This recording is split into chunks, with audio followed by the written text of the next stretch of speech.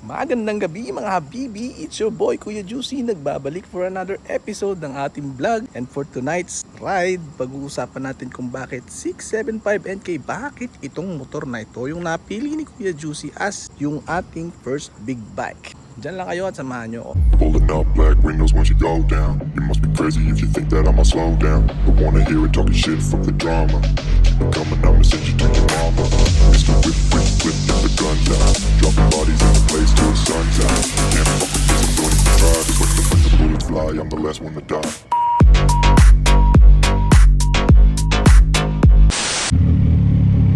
What is up mga kulisap?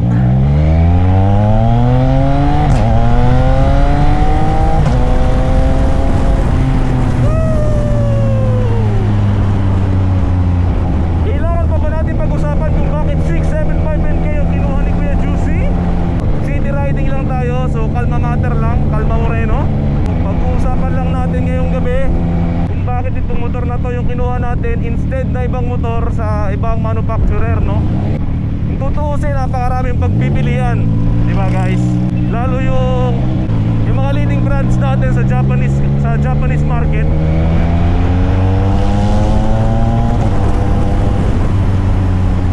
Di ba? Napakarami natin pagpipilian. Pero unang-una kinonsider natin, siyempre, magaya natin ang kinukonsider yung budget, di ba? Ang price tag ng 675NK is around 409,000 pesos for a 600cc naked sports na naka-inline 3-cylinder, guys. 409,000. That's not bad, di ba? Actually, sa tingin ko, ito yung cheapest dun sa category niya. Ang hirap i-city driving pag ganitong kaingay yung tambutso. Parang gusto mo laging ibirit. Anyway, mabalik tayo sa usapan, no? So 409,000 para sa isang middleweight sports naked na naka 600cc inline 3-cylinder. Hindi ko na makakakita nun sa mga ibang manufacturer. Well, pinag-uusapan natin dito sa Pilipinas. So siguro sa China, sa ibang mga bansa meron pang mas mura. Pero sa Pilipinas, guys, at tingin ko ito yung pinaka mura sa category niya, no? Pero ano nga ba yung mga choices ni Kuya Juicy bago niya kinuha tong 675NK na CF Moto? Pinagpilian natin ang Z900 ng Kawasaki, MT-07 ng Yamaha. O kung mapapansin nyo guys, nandun tayo sa price range, no? CBR 650R. Yun na yung mga pagpipilian ni Kuya Juicy. Isasabihin ko sa inyo kung bakit ito yung kinuha kong motor at hindi yung mga yon. Kasi nga, sabi ko dun sa video ko last time, dun sa isa nating episode, no? Best value for money. Ano ba ba ibigay ni 675NK na worth 409,000 lang, no? Padalawang factor kung bakit ito yung kinuha natin, no? Is yung specs and features ng bike na to. Gaya nga na sabi ko sa inyo, naka-inline 3-cylinder 600cc tapos naked. Well, yung configuration, no? Kasi yung Trident is 660 na naka-inline 3 din. Pero yung sinasabi ko is yung aesthetic, yung tindig ng motor, ganitong kaganda. Not that I know na meron, no? So leave a comments kung may alam kayong ibang bike na ganito.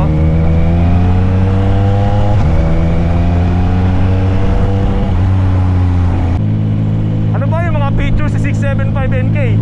So kung makikita nyo, naka 5-inch TFT display tayo, no?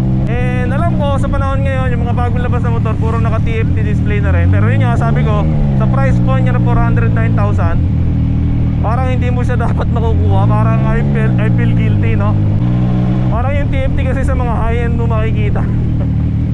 Well, kaya sobrang premium ng itsura ng bike na to sa inong dash nitong bike na to, no? Dahil nung TFT display niya. Guys, naka quick shifter. Though hindi nga siya up and down, wala siyang auto blip, no? Upshift lang. Pero naka quick shifter siya, guys. And that's a huge factor din sa pag-consider ng isang bike, no? So hindi mo naman kailangan yung quick shifter, pero yung convenience niya, yung convenience ng quick shifter ang saya gamitin. Tapos tong bike na to may traction control. May dalawang level, tapos pwede mo yung on at off. Pakalupit. Sa 409,000 guys. Sobrang saya gamitin. Sobrang playful. Talagang ibibigay niya sa'yo yung kailangan mong power, no, kada biga.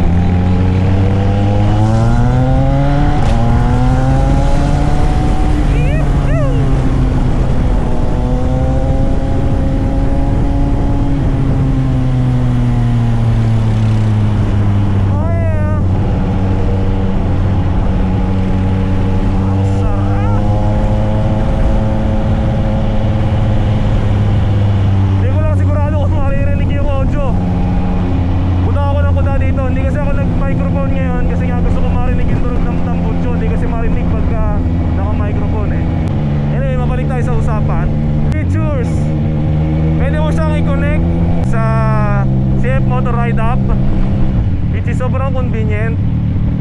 And matatrack mo kung nasasan yung motor mo, kung hiniram ng tropa mo or hiniram ng kung sino.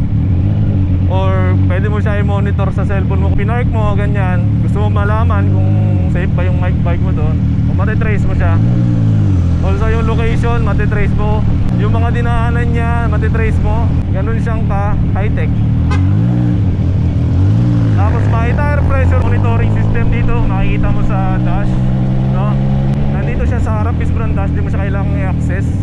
Sobrang convenient nito para makita mo yung tire pressure mo, no? And pumupula yan pagka mababa, pag below dun sa standard, no? So paano ba sa traffic si 675? Aminin ko sa inyo, medyo mabigat siyang dalhin, no? Pero pag umandar ka na, tulad niya nasabi ko dun sa review, sobrang nimble na. Pwede mo na iwas-iwas. Pag nakaganito nga lang sa traffic, nakatigil, medyo mabigat siya dalhin. And nagkikita ako dun sa mga nagre-review ng bike na to, pag pinatay mo yung traction control, grabe, bibigyan ka talaga ng wheelie. Do pag kasi naka-on yung traction control mo, sobrang banayad lang ng arangkada. Do may tagos siya pero hindi niya iaangat yung harap na gulong. Kaya niya gamitin, promise.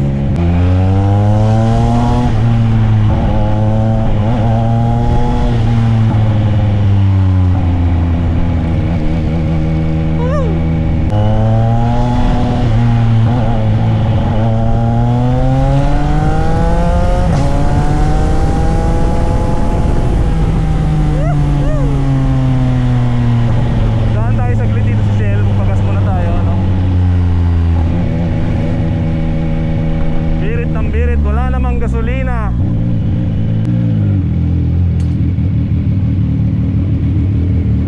Yeah. Pops 500 premium. 500 sir? Buta natin yung bike para makita nyo guys. Sheesh. Kahit kailan di talaga ako magsasawa sa tsura ng bike na to. Punit na punit. Anyway guys, yung fuel consumption itong bike na to, medyo magastos siya sa gasolina. So chinay ko kanina, nasa 7.5 liters per 100 kilometers.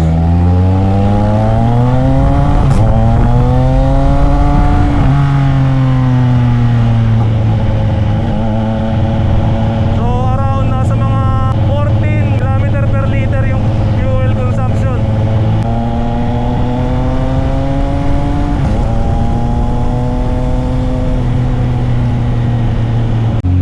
Guys, isang buwan na simula nung pinili natin tong motor na to, and hanggang ngayon in love pa rin ako, no?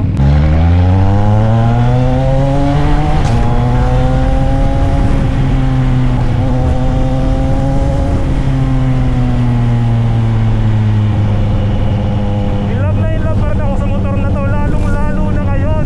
Woo! Sobrang sarap sa tenga. Pangarap ko lang ito nung bata pa ako eh. Sa mga nakakakilala talaga sa akin, no?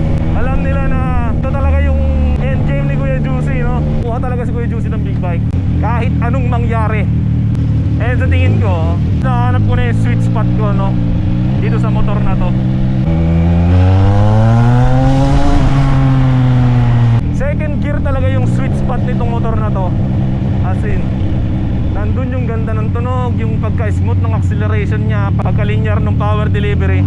Nasa second gear talaga, second to third gear. Sa first gear kasi talagang idadagos ka niya. Kaya kalimita ko, makikita nyo sa mga video ko, nasa second gear ako kahit nakatigil ako. Kasi sa first gear, sobrang idadagos ka talaga niya eh. Kunting piga lang. Tama, may flexibility naman tayo sa pagpili ng gear, no? So doon na lang tayo sa second gear, mas safe. Kasi syempre, guys, di naman tayo batikan ng mga rider dyan, no? But medyo matagal-tagal na rin simula nung last tayo nagkaroon ng motor. Aminin ko sa inyo, hindi naman ako ganun ka-confident pa pagdating dito sa big bike. So sa mga nagtatanong kung may recommend ko ba si 675NK as your first big bike or first ever bike, as your first big bike, yes, as in absolutely. May recommend ko talaga siya na as first big bike mo, pero hindi as your first bike. Bakit? Unang-una yung weight, tapos power ng motor na to. Iba talagang magbigay to. Iba talaga magbigay ng power tong motor na to, guys. Nakagamit ako nun nung ZX4RR nung nasa Mindanao tayo. So na-try tayo na mag super sport, no? Kasi gusto ko rin malaman kung pwede ko bang i-consider si sports bike as our first big bike. And 170 kilometers yung ride namin doon actually. Yung Buda Road, yung Bukidnon, Davao Road. And grabe, sasabihin ko sa inyo, binalta talaga ako ng ZX4RR. Pero fairness naman sa performance ng bike na yan talaga. Feeling ko hindi ka mag-grow ng mabilis doon sa bike na yan, ha? Sa perception ko lang, ha? Parang hindi ka mag-grow kaagad doon. Parang masusulit mo yung bike na yon for a couple of years. Kasi may mga nagsasabi sa akin na wag na raw gumawa ng 4RR kasi sooner or later talagang maglulundag ka rin sa higher CC. Pero para sa akin hindi ko pa rin masagad yung motor na yun nung nag-ride kami. Pero yun, in terms ng performance, pagdating naman sa ergo, grabe naman. Pinahirapan ako ng gusto nun. Nakailang tigil talaga kami dahil sobrang sakit ng likod ko, guys. Doon ko napagtanto na si Kuya Juicy ay hindi talaga pang sports bike. So at that time, at that moment, nag-decide na ako, naked na talaga yung kukuhanin natin na motor, no? Sports naked naman, to be precise, to be specific. Kasi though yes, naging trip natin yung mga retro bikes dati, yung mata ko talaga is nandito sa mga sports naked eh, yung matutulis ba. Para sa akin, guys, para sa akin, ha, sa lahat ng naked, lahatin mo na lahat ng naked, yung aesthetic nitong bike na to yung pinakamaganda para sa akin, ha, para sa akin. Hindi ko alam, ha, meron talaga parang Decepticons yung datingan. Nung nakita ko tong bike na to, nagulat ako noon kasi akala ko 450NK yun. Tapos sabi inline 3 cylinder, so parang ito na yun. Kasi trip na trip ko yung pormahan ng 450NK eh. Yun nga, syempre pag 450 yung kinuha mo, baka mag-grow ka kaagad, mabitin ka na sa power, ganyan. So or later magpalit ka rin. So hindi ko kinonsider yung 450NK kahit gusto ko yung pormahan ng motor na yun. So kaya ito yung kinuha natin. Sobrang in love ako sa motor na to, promise. Siguro dahil gano'n din, first big bike ko to, no? Pero sabi ko nga, magtatagal sa akin itong motor na to for sure. Sigurado yun, guys. Tagaan nyo sa bato. Hindi ako binigo ng motor na to, guys. Yung expectation ko, sobra pa yung nakuha ko. Kasi unang-una, hindi talaga ako nag-expect na gusto sa performance, no? Kasi nga, China bike. Eh nung makita natin yung review ng ibang mga tropa natin at saka yung mga taga-ibang bansa, no, kinonsider ko talaga siya as my top option. Tulad yan, sabi ko sa inyo kanina, para sa akin yung itsura ng bike na to yung best of the best. Aesthetic talaga, aesthetic ito talaga. Ito yung ina-expect ko yung makakita pag sinabi mong sports naked. Swak na swak talaga yung itsura nito. Nakuha talaga ni CF Auto yung kiliti ko dun sa part na yun. Siguro sunod sa pagpipilian, pag sinabi kong aesthetic, naglalaban si MT-09 at saka si Ducati Street Fighter in terms ng aesthetic. Para sa akin yun, ha, guys. So kaya sabi ko sa inyo, isa sa mga top na kinonsider natin is MT-07 kasi halos pareho sila ng itsura. Ang sinasabi ko, guys, yung latest, ha, yung latest. Verdict at verdict para sa motor na to, guys. Para sa akin, completos ricados tong bike na to. Wala na akong hahanapin pa. Yung auto flip, hindi mo naman kailangan. Actually, yung upshift nga ng quick shifter, hindi mo naman kailangan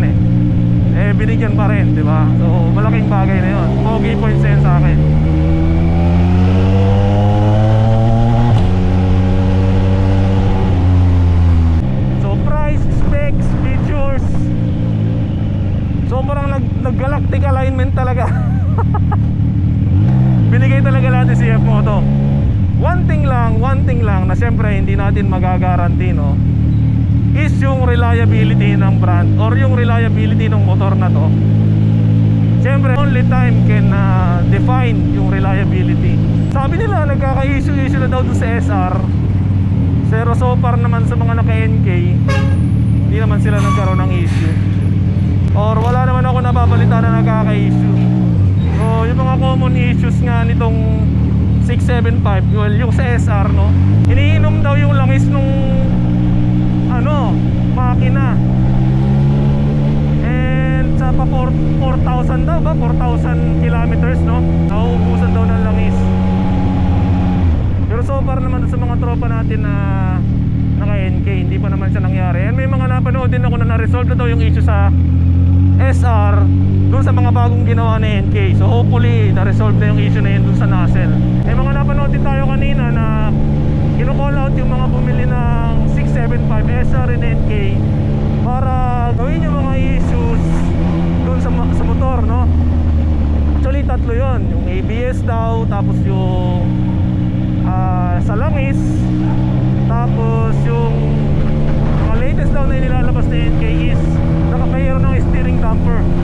Good thing yun. Actually natuwa ako kay CF Moto kasi inare-recall nila yung mga nakabili na, no, para gawin yung issue. Hindi na sila nagbaano ng extra charges. Isang sign nyo na magandang dealership yung napuntahan mo, no? Isang magandang brand yung napuntahan mo. Kapag may mga ganyan sila, willing silang gawin yung mga problema dun sa unit or dun sa mismong variant ng motor. Para sa akin, sobrang laking pogi po yun kay CF Moto. And mas nadagdagan yung amor ko kay CF Moto. So guys, dun sa mga nag-iisip, kung siyempre alam naman natin, budget is yung number one pagdating sa pagbili ng motor at kino-consider natin, di ba? So guys, sasabihin ko sa inyo, sa isang buwan ko na paggamit sa motor na to, no? Well, hindi pa naman siya ganun katagal, pero sa isang buwan na yun, guys, hindi ako pinahiyan ito. Hindi ako nalungkot dito sa motor na to. Talagang pure joy ang ibinibigay sa akin ito. Well, yun naman talaga yung reason kaya tayo bumili ng motor na to, pang vent out natin, pang tanggal ng stress, pang relax ba. Kasi well, tayo mga biker dyan talaga tayo nare-relax. Pag motor ka lang, no, kahit medyo nakakapagod, satisfied pa rin yung pakiramdam mo. And huling-huli ni 675 NK yung kiliti ko. Anyway guys, nga pala, wala pang pangalan tong motor natin. Baka naman may suggest kayo siya ng pangalan. So wala akong nire-restrict. Ibigay nyo sa tingin nyo yung magandang pangalan, yung bagay dun sa motor, syempre. And tingnan natin kung ano yung mapipili natin. Isang buwan na, wala pang pangalan, no? Hindi ako sanay. Anyway guys, yun lang muna for today's video. So kung nag-iisip kayo kung considerable ba si 675 NK as your first big bike, guys, sasabihin ko sa inyo, ito na yung sign. Kuhanin mo na yung motor na yan. Huwag ka na magkatubili. Kasi ginagaranti ha, pero para sa akin ha, yung sa akin, sa part ko, kuhanin mo na. So yun nga, yun lang muna for today's video, for today's episode. Kung nagustuhan mo yung content natin, and kung sumusubaybay ka na sa channel natin, i-like mo na yung video, i-subscribe mo na rin para mas marami pa tayong makaka-juicy na makalak dito sa mundong ibabaw. Yun na lang muna guys. Peace out.